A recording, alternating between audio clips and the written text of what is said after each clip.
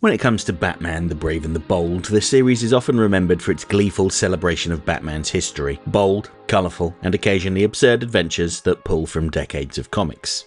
But among all the guest heroes and villainous cameos, there's one character who steals the spotlight with sheer chaotic devotion: Bat-Mite. This tiny imp from the fifth dimension is more than a throwback to the Silver Age of comics though. He's a living, reality-warping embodiment of obsession. In The Brave and the Bold, Bat-Mite is a force of chaos, a lens for humour, and a loving, sometimes maddening commentary on Batman himself. From orchestrating over-the-top villain showdowns to paying sly homage to classic Warner Bros. Cartoons, his adventures encapsulate everything the show does best, celebrating heroism, history, and imagination all at once. But before I get to that, let's first go back over the character's history to help illustrate why The Brave and the Bold's version stands out. Bat-Mite debuted in Detective Comics number 267, published in 1959. This was early in what's referred to as DC's Silver Age of comics, after the authorities raised a moral panic about the content of comic books corrupting America's youth. In response, the big publishers shifted away from pulpy crime stories to science fiction adventures, and Bat-Mite is one of the characters that is synonymous with this era. He arrives as a small, childlike figure in an ill-fitting Batman costume, like an early cosplayer. But he hails from the fifth dimension, like the Superman villain Mr. Mxyzptlk, where beings idolize the heroes of the DC universe, recreating their adventures like cosmic theater kids with unlimited power. And Bat-Mite's favorite performance piece is, of course, Batman. Unlike Mxyzptlk, he isn't a villain in the traditional sense. He has no interest in conquering the world, he just wants to impress Batman. Bat-Mite possesses the same reality-warping powers, minus the whole say my name backwards weakness.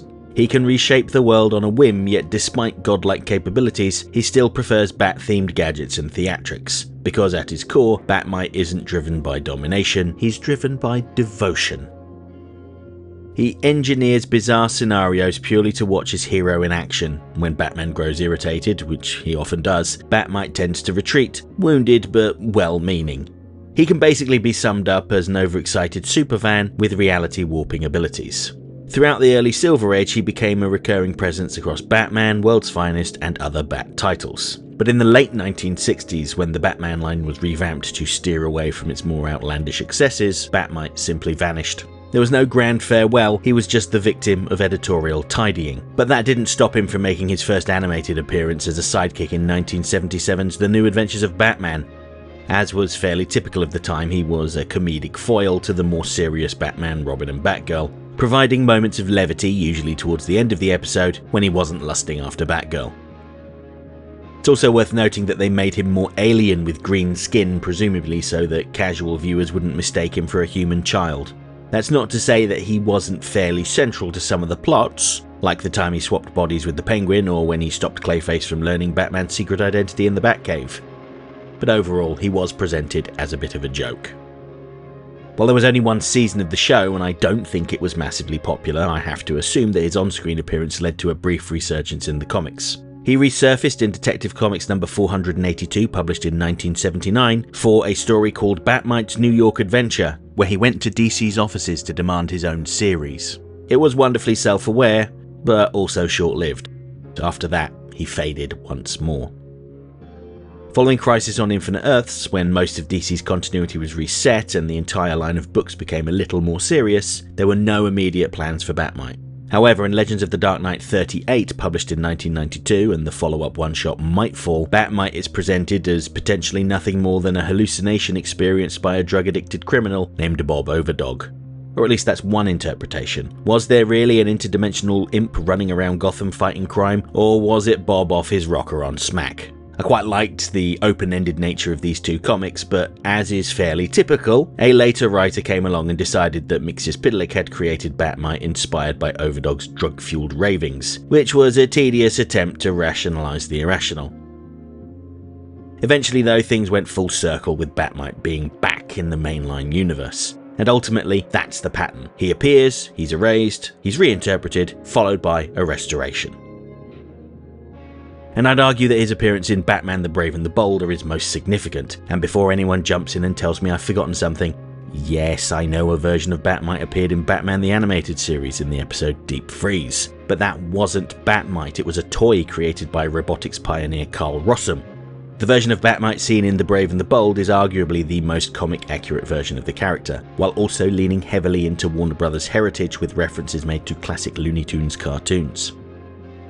He debuted in the episode Legends of the Dark-Mite, and makes clear that he's the ultimate obsessive reality-warping fifth-dimensional devotee of Batman. From his Bat trophy room in the fifth dimension, he surveys an infinite multiverse of Batmen, building a shrine that never ends. Every costume, gadget, triumph and tragedy is catalogued, revered and celebrated. While he still wears a similar costume to Batman, Bat-Mite tries to honour him, even if his idea of homage involves chaos, hyperactive mischief, and occasionally turning Gotham into a surreal obstacle course. And because he's fifth-dimensional, his power is limitless. Anything he imagines can become reality. Gangsters pop out of nowhere, supervillains are teleported into the streets, and the laws of physics politely step aside. Yet, despite his godlike abilities, he still treats Batman like the ultimate authority, the one true hero to aspire to. From the very moment he appears on Earth, Bat-Mite is less a threat and more of a test. A chaotic, mischievous, sometimes frustrating test, granted, but always with love, devotion and a penchant for the absurd.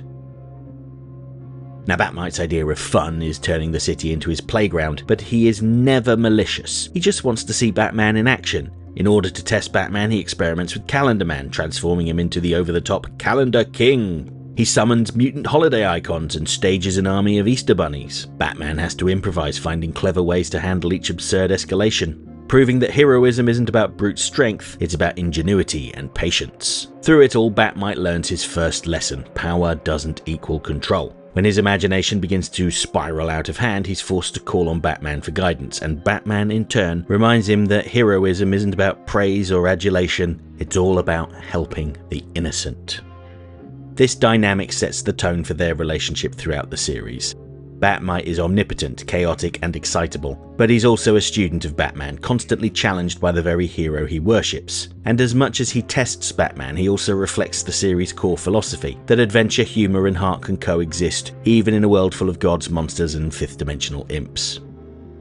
I would also like to point out that Bat-Mite doesn't just represent comic book history, but he also makes a few notable nods towards classic Warner Bros. Animation history. For instance, in Legends of the Dark-Mite, Bat-Mite confronts an army of Gotham supervillains and finds himself feeling a bit overwhelmed. The chaos, the exaggerated reactions and the sheer absurdity all pay homage to Bob Clampett's The Great Piggy Bank Robbery, connecting the show to the broader legacy of Warner Bros. Animation. I particularly like this homage because it acts as both fan service and meta commentary. Bat-Mite exists as both a character and a lens through which the audience can celebrate the lineage of cartoon absurdity that inspired him, and it's this kind of nod that elevates the show. Arguably, Bat-Mite's greatest adventure is the one where he inadvertently gives his powers away. In Emperor Joker, he had intended to beef up Batman, but missed and transferred them to the Joker instead, creating the unstoppable Emperor Joker. Batman is repeatedly killed, resurrected, and then killed all over again in a new and horrible way, while Bat-Mite finds himself reduced to a powerless court jester. Only through teamwork with Harley Quinn does he regain his abilities, restore order, and even acquire a legitimate arch-nemesis of his own, a fifth-dimensional reflection of the clown prince of crime, Joker-Mite. At his most mischievous, Bat-Mite becomes more than a mere fan. He becomes a commentator, a critic, and a self-appointed editor of that universe. In the show's final episode, Mitefall, Bat-Mite expresses dissatisfaction with the formulaic direction of The Brave and the Bold, so he decides the show needs a shake-up. Consulting his fifth-dimensional guidebook on jumping the shark, he sets about rewriting reality, introducing a child into the Batcave, recasting familiar heroes, tinkering with locations, meddling with toys, and even adding guns to Batman's arsenal. Every change is a playful jab at superhero cliches. Bat-Mite is literally testing what works, what entertains, and what makes a hero compelling. Some more delightfully meta commentary.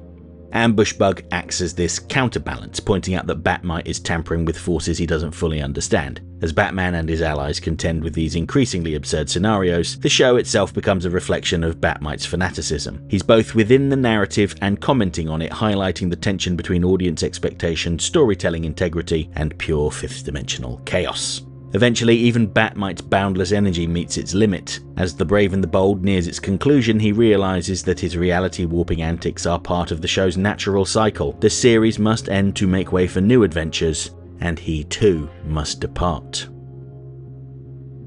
The The series finale gathers every character who has ever appeared, heroes, villains, and even those long thought gone.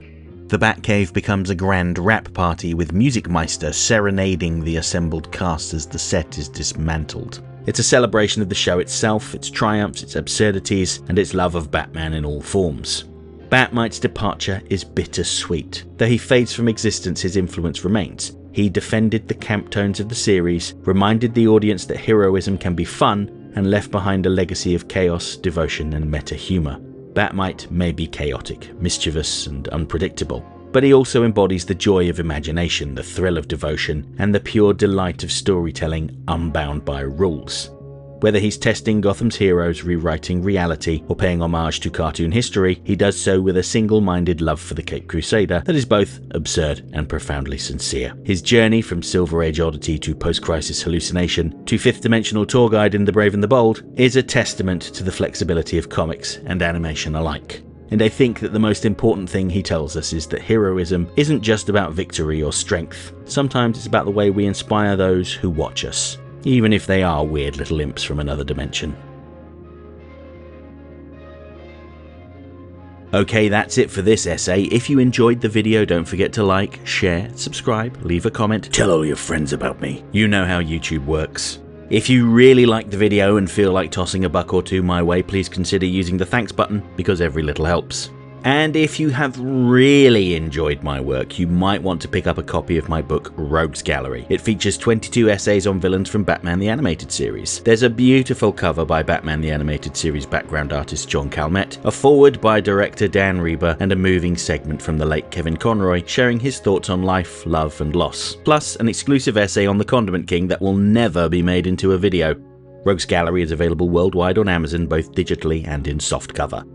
Finally, channel memberships are just $1.99 a month and give you early access to my essays, custom emojis, and your name featured on my members end screen, which has been rolling for a little while now.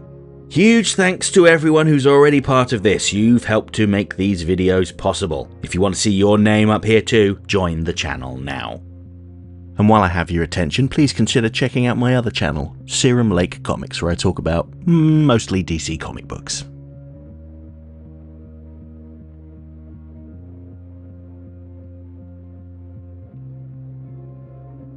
Next time.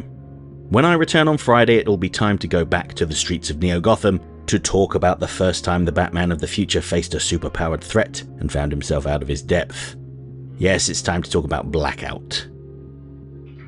And on Monday, I would like to mark April Fool's Day by talking about an early episode of Batman the Animated Series that was gutted by the censors, but still delivered a fairly memorable Joker story. I want to discuss the stranger danger of Be a Clown. Hope to see you then.